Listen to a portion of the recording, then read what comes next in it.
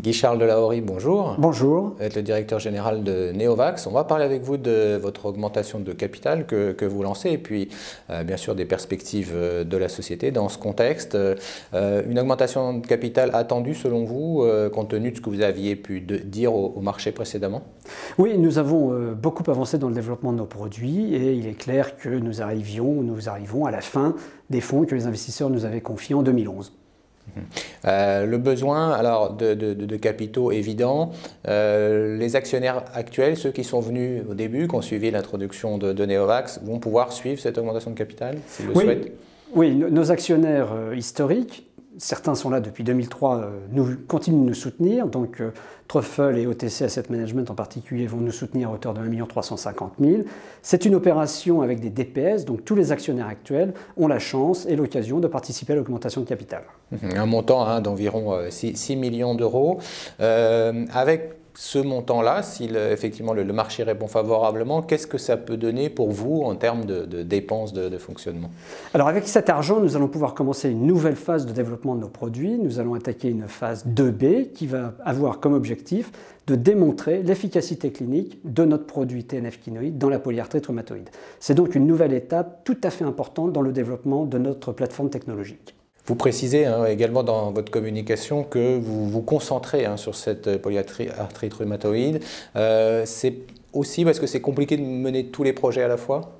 Avec nos deux produits, nous avons démontré trois choses très importantes. Qu'ils sont bien tolérés, qu'ils sont efficaces immunologiquement et que les anticorps qui apparaissent sont actifs biologiquement. Maintenant, il faut démontrer l'efficacité clinique. Ça nécessite de faire une étude sur plus de 100 patients et c'est pour ça que, comme nous sommes une petite société de biotechnologie, nous avons décidé de nous concentrer sur une étude pour être sûr d'atteindre l'objectif. Justement, au cours des derniers mois, vous avez largement communiqué sur à la fois les études qui ont pu être publiées, sur vos différentes activités. Aujourd'hui, vous êtes conforté dans les différents développements que vous avez pu avoir? Tout à fait. Je pense que si vous voulez, notre produit qui vise le TNF et qu'on développe dans la polyarthrite rhumatoïde s'attaque à un marché très important et qui comporte des médicaments parmi les plus beaux succès commerciaux de l'industrie pharmaceutique. Quant à notre deuxième produit que nous développons dans le lupus, des concurrents ont annoncé des résultats tout à fait intéressants qui confortent les résultats que nous avions eus en novembre 2011 et qui viennent d'être publiés dans Arthritis. On peut dire aujourd'hui que la mauvaise nouvelle, ou en tout cas interprétée comme telle par les marchés financiers l'année dernière, en 2012, est effacée? Quand on regarde le cours de notre action, pas vraiment, mais je pense que cette mauvaise nouvelle a été bien expliquée, d'abord scientifiquement, et que le marché l'a prise en compte, et que nous sommes tout à fait confortés maintenant dans l'approche avec notre produit pour le traitement de la maladie Crohn dans ce cas-ci. Alors on voit aussi les laboratoires pharmaceutiques bouger dans ce secteur-là. Comment vous voyez ça justement de votre côté, de petit acteur, par rapport à toutes les actions qu'ont pu faire, les accords qu'ont pu faire les différents laboratoires pharmaceutiques? Une chose est claire, c'est que l'industrie pharmaceutique a une recherche dont la productivité est très mauvaise, et donc ils ont besoin, les laboratoires pharmaceutiques ont besoin des sociétés de biotechnologie pour renouveler leur pipeline. Donc tous les mouvements et tous les accords qui ont lieu actuellement montrent bien ce besoin et nous rendent très confiants dans la possibilité également d'arriver à un partenariat dans un futur proche. De votre point de vue, il était essentiel d'avancer encore sur cette recherche avant que le partenaire puisse être convaincu, c'est-à-dire quelque part obtenir plus de ce potentiel partenaire? Je crois qu'il y a deux choses. Nous développons une technologie de rupture. Donc nous devons démontrer le bien fondé de notre approche, beaucoup plus que si nous travaillions sur des MeToo. Ça, c'est le premier point. Le deuxième point, c'est que nous avons la chance d'avoir une base actionnariale qui nous supporte et qui nous soutient fortement. Donc nous pouvons créer de la valeur avec un développement clinique pertinent.